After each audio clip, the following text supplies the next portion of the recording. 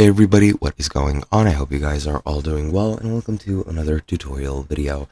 In this video, I'm going to be explaining to you guys how you can edit the Shopify logo on your website. So let's get right into it. Now, to edit your website as a whole, what you need to do, from the dashboard, go into Online Store, and that'll take you to the Themes page. And from here, you're going to click on Customize next to the currently selected theme.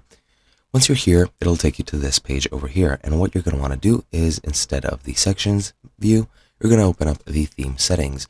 Under theme settings, as you can see, the first setting is the logo. And if you click on that, as you can see, currently I do not have any logo because you need to select an image which you're going to upload as your logo. You can set up an image from your computer, you can explore free images, or you can set up a dynamic source, which once you change the source, will change the logo automatically without you needing to manually upload it again.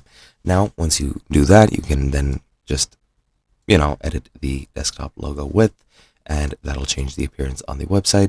And you can also change the favicon image. However, I'm pretty sure you do need a paid subscription for Shopify to do so. The favicon is basically the little icon which appears in the search engine, such as Google, when you load up a search.